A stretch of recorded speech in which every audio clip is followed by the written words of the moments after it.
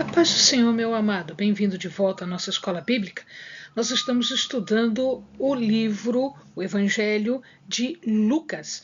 Então, pega a sua Bíblia, pega o seu caderno de estudos, ora o Senhor, pede a Ele discernimento, entendimento, conhecimento, sabedoria, pede a Ele proteção, para que nós possamos desvendar dos seus mistérios. Nós já estamos na parte final, falando do momento da apreensão e da prisão, do julgamento, da condenação e da crucifixão de Jesus. E aqui hoje nós vamos falar sobre os momentos finais que estavam acontecendo lá no cenáculo. Nós já vimos algumas coisas no vídeo passado e agora a gente fecha esse estudo aqui de quando Jesus estava no cenáculo. Pois bem, então estando ele no cenáculo, a algumas horas da cruz, Jesus seria aprisionado ainda esta noite, durante a noite, no amanhecer, ele seria julgado, ele seria condenado e no dia seguinte ele seria crucificado. Ou seja, em menos de 24 horas daquele momento, Jesus já estaria morto. E o que os discípulos fazem? Os discípulos ficam disputando quem estaria no melhor lugar no reino de Deus. Se sou eu, se é você, quem é que vai estar ao lado do Senhor lá no reino? Sem se preocupar com um passo importante antes do estabelecimento do reino, um passo necessário que era a paixão e, claro, depois a ressurreição. Ou seja, a obra estava para ser executada, finalizada. A finalização aconteceria dali a algumas horas. E eles estavam discutindo amenidades, eles estavam discutindo coisas sem importâncias. É claro que Jesus os repreende e ele fala sobre o melhor lugar. Qual é o melhor lugar? O melhor lugar é onde você está humildemente servindo. E é interessante que Jesus aqui, como era o mestre, como era a pessoa de maior autoridade entre eles, tinha alguns privilégios. Na Idade Antiga, a idade da pessoa, no mundo antigo, né, a idade da pessoa e a autoridade da pessoa, ela trazia alguns privilégios. O que Jesus faz? É contado nos outros evangelhos que Jesus, naquele momento, ele lava os pés dos discípulos. Isso demonstra um papel de serviência, um papel de que Jesus veio servir. E se Jesus, que é filho de Deus, que se tornou homem, veio servir, quanto mais os seus discípulos precisarem fazer isso. Então, o melhor lugar entre os cristãos, entre os discípulos de Cristo, entre os apóstolos, entre os seguidores de Cristo, o maior deve ser como o menor, ou seja, deve aceitar o lugar mais humilde e as ações, os serviços que são serviços mais humildes, como, por exemplo, lavar os pés dos apóstolos, que era o serviço que alguém como um escravo faria. Então, o serviço fiel era, na verdade, né, num lugar humilde, numa posição humilde, é a verdadeira grandeza. Deus estava, através de Jesus, ministrando este ensinamento acerca da humildade. Lembrem-se que a palavra que está sendo utilizada aqui, que nós traduzimos como servir, é diaconon. E por isso as expressões que nós utilizamos entre alguns que estão servindo o Senhor em várias das funções dentro da igreja, é o diaconato. Então, todos nós, não interessa a posição que nós tenhamos dentro da igreja, não interessa se você é pastor, se você é profeta, se você é levita, não interessa a tua posição dentro da igreja. Antes de mais nada, você é um diácono, você é um servidor de Deus, da obra de Deus. É claro que isso tudo abriu espaço para que Jesus pudesse dar mais algumas outras instruções. E ele passa a dar um encorajamento aqui. Então, ele fala, né, de que todos estes apóstolos, eles permaneceram fiéis ao lado de Jesus até esse momento, porque foram muitos os momentos de adversidade, muitos os momentos de perseguição, muitos momentos que eram estreitos, e nenhum deles se perdeu até aquele momento, vamos dizer assim, os 11, né? Porque Judas já estava se encaminhando para um mau destino. Mas todos eles estavam justos e entrelaçados e firmes em comunhão com o Senhor. Então, ele fala que, primeiro, os que têm despermanecido, ou seja, aqueles que não fugiram. Segundo, que não recusaram posições difíceis, que não recusaram posições humildes, porque eles abriram mão de tudo que eles tinham. Muitos deles abriram mão, inclusive, de riqueza para viver numa situação que era, não digo precária, mas que era mais simples, né? Então, o estado real agora que eles iriam desfrutar, começa a explicar Jesus, é que eles desfrutarão do trono, de um banquete messiânico, o banquete do Messias, o banquete do Cordeiro.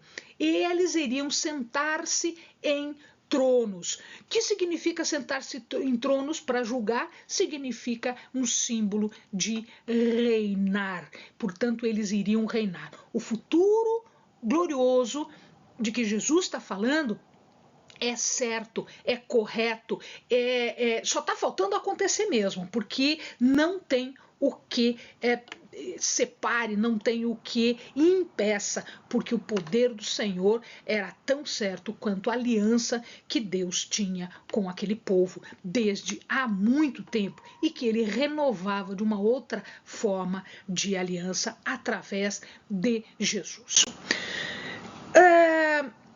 E aí, do nada, Jesus olha para Pedro e diz: Pedro, você foi pedido. Satanás pediu para te peneirar. O que é peneirar? Peneirar é como o trigo, como se peneira o trigo, quando se peneira algumas coisas, significa grande tribulação, grande provação. E Satanás pede para peneirar Pedro. E Jesus então intercede. Deus não permite que Pedro seja peneirado. Jesus intercede. Olha que duas coisas importantes aqui. Primeiro, não é porque Satanás pede que vai acontecer. Passa pela vontade de Deus. Se é vontade de Deus, Pedro vai ser peneirado. Se não é vontade de Deus, Pedro não vai ser peneirado. É o que aconteceu com Jó. Jó foi pedido. E Deus disse: ok, só não tire a vida. E aconteceu tudo o que aconteceu com Jó. Nós temos vídeos aí que falam sobre Jó. Se o amado quiser, assista, porque ele explica exatamente esta parte aqui. Pois muito bem, segunda coisa, Jesus intercede. Mas ele intercede não pedindo que ele fosse libertado dos apuros. Não, ele disse ok, mas que ele resista. Então, Jesus pede não para libertar, não para livrar do apuro, das tentações e das artimanhas do inimigo, mas para enfrentar em graça e saindo dali com uma vitória. Amados, nós não estamos livres na vida cristã, nós não estamos livres das tentações, nós não estamos livres das artimanhas, das armadilhas do inimigo, mas Deus está intercedendo por nós para que nós possamos sair disso sem nos machucarmos, sem nos perdermos. Então, ele pediu para que ele fosse, então, ele saísse com graça disso, que não passasse dele, mas que ele conseguisse passar sem mais danos.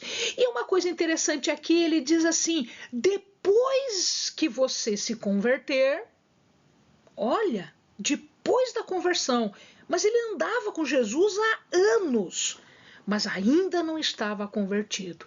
Nós vemos isso pelas picuinhas que eles discutem, pelas intrigas que eles armam, pelas situações que eles fazem, porque eles mal entendem o que está para acontecer. Então a gente vê que eles ainda não estão convertidos, que a conversão deles ainda vai acontecer logo depois da morte do Senhor, quando o Espírito Santo é mandado. Então ele diz: quando você se converter, você cuida, você fortalece os teus irmãos. Só quem passa por uma dificuldade, só quem passa por um problema tem capacidade de ajudar os outros. Pedro diz que ele está disposto a morrer por Jesus. Veja, Jesus dá uma outra resposta para ele, mas algum tempo depois, efetivamente, Pedro morre crucificado também por causa do nome de Jesus.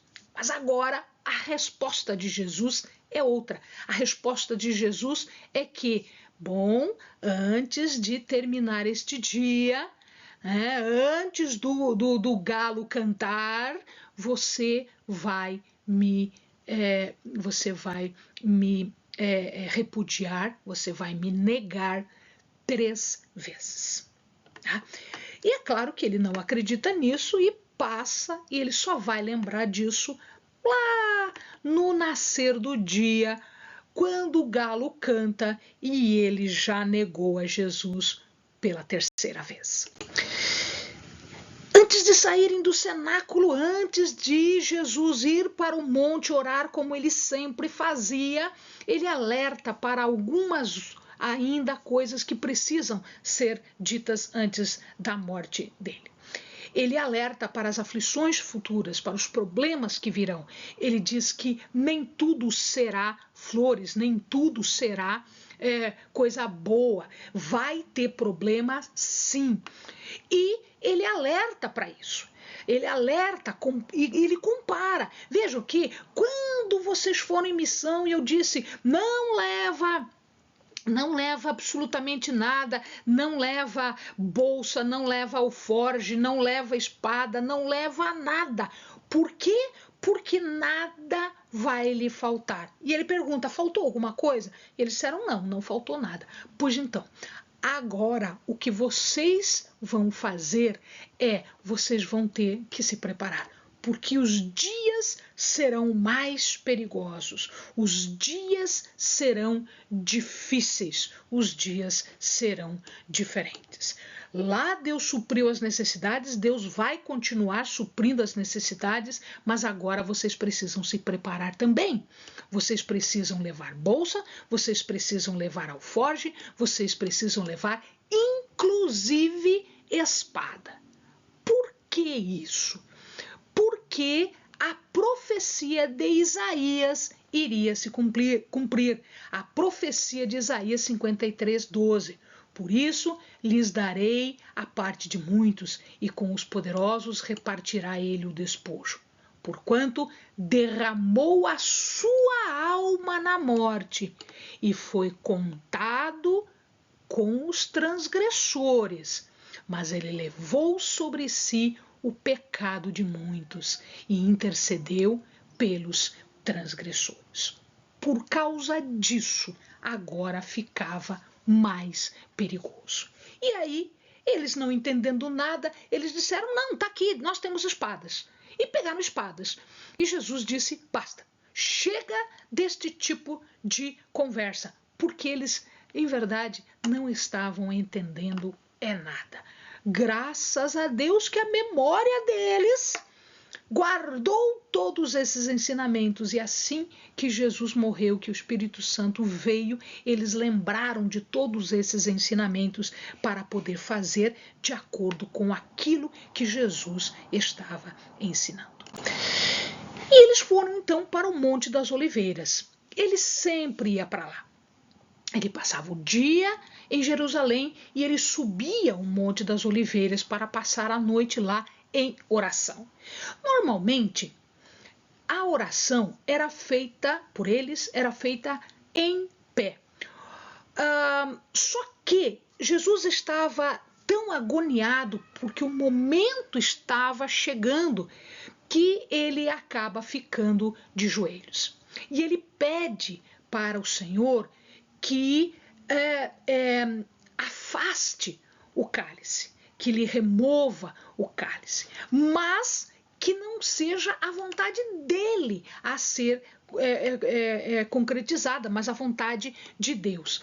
Então, o cálice aqui, quando ele diz afasta de mim esse cálice, do que ele está falando? Ele está falando deste sofrimento.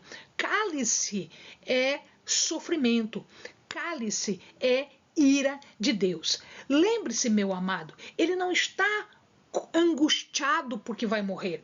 Ele não está angustiado porque estas coisas vão acontecer. Não!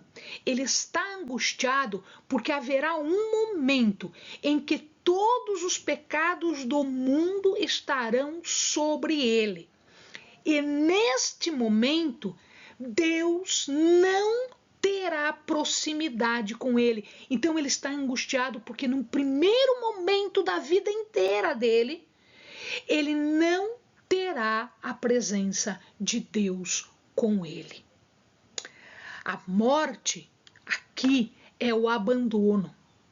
Por que abandono? Por que Deus vai abandoná-lo no pior momento da vida dele?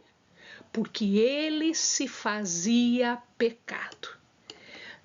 2 Coríntios 5:21, aquele que não conheceu o pecado, diz Paulo, o fez pecado por nós, para que nele fosse feito justiça de Deus. Significa aqui que a justiça de Deus era não compactuar com o pecado. O pecado afasta Deus. Portanto, a ansiedade dele, a agonia dele era estar afastado de Deus. Tanto isto é que em Marcos nós vemos isso mais fortemente. Quando chega a hora da morte, né, que é a hora nona, diz assim, Jesus exclama assim, Eloi, Eloi, lama sabachthani. Traduzindo esta palavra quer dizer, Deus meu, por que me desamparastes? Ora, por que desamparado ele estava? Porque o pecado estava ali. Ele precisava morrer para libertar do pecado. E Deus não podia se aproximar. Depois da morte, aí sim, aí haveria proximidade, aí haveria comunhão, aí haveria, né, um livramento. Mas até aquele momento, o momento da justificação, que é a morte para libertar dos pecados, naquele momento Deus não poderia estar. E era isso que Jesus sentia. Era esta agonia que ele estava sentindo. Tanto é que um anjo é mandado para consolar Jesus. Mas por que um anjo é mandado? Cadê os discípulos? Os discípulos estavam dormindo. Enquanto Jesus estava nesta agonia, enquanto Jesus estava sendo consolado por um anjo, enquanto Jesus suava sangue e escorria sangue até o chão, os discípulos dormiam. E Jesus pergunta, vocês não conseguem ficar um pouquinho? Quer dizer, vocês não estão entendendo o que vai acontecer? Eles ainda não estavam entendendo. Quando estava falando isso, quando estava repreendendo, porque eles estavam dormindo, Judas chega. Judas chega junto com quem? Judas chega junto com sacerdotes, ele chega junto com capitães, com anciãos, quer dizer, todo um grupo de autoridade chega junto com Judas. E Judas beija Jesus como um sinal de que aquele era Jesus, aquele é que deveria ser prisioneiro. É interessante, veja, compartilhar a mesa já é um sentido de intimidade e comunhão. E Judas Iscariotes compartilhava a mesa. Então a traição foi grave por ser alguém de intimidade. Beijar quer dizer grande sinal de estima e amizade. E Judas começa com um beijo. Ele identifica Jesus com um beijo, que é também um significado muito maior de traição. Ora, Pedro tenta defender e pega da espada, porque eles estavam falando de espada agora há pouquinho, e ele tenta pegar e agride um dos guardas, e Jesus chama a atenção dele, proíbe que violência seja feita, ele não é de violência, ele não quer violência, este é o momento certo, e ele cura a orelha do rapaz, do guarda. Então, esses capitães do templo, que eram capitães do templo, ou seja, eram a polícia do templo, os anciãos, que eram membros do sinédrio, todos eles davam dignidade, davam autoridade. Mas Jesus disse, por que vocês não me prenderam durante o dia? Por que vocês não me prenderam quando eu estava lá? Mas eles tinham medo da população.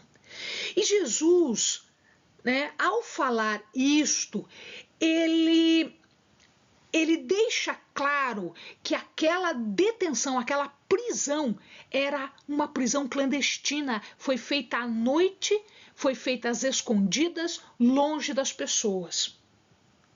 Mais do que ser clandestina, era desleal, porque foi feita uma armadilha para Jesus, mais do que isso, era também ilegal. Então ela era clandestina, desleal e ilegal. E eles fizeram isso por medo do povo. Mas Jesus tem uma outra explicação. Sim, vocês fizeram isso agora e essa é a hora. Qual é a hora? A hora da cruz. A hora em que o poder das trevas acha que ganhou, porque vai matar o Filho de Deus, porque vai crucificar o Filho de Deus.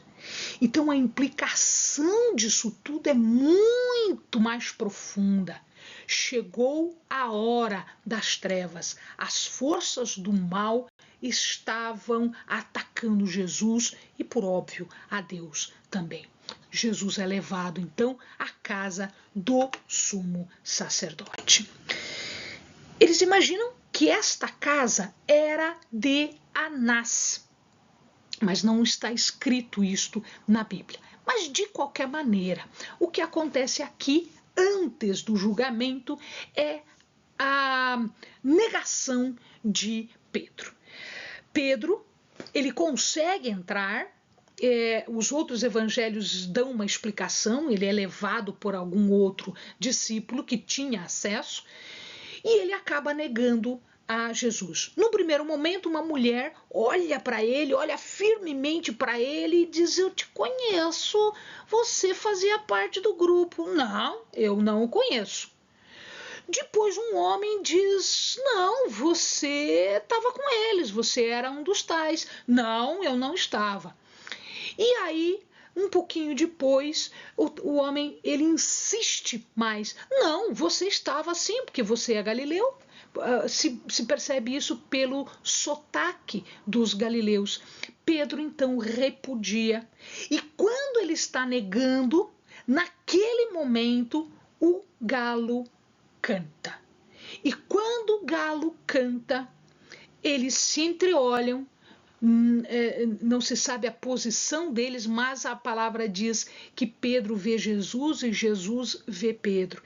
E Pedro então se lembra da profecia de que ele trairá a Jesus antes de que o galo cantasse 3 vezes. Ele sai dali arrasado, chorando amargamente. Mas esta história tem um outro final. Eu espero vocês no próximo vídeo. Amém, amados? Bons estudos.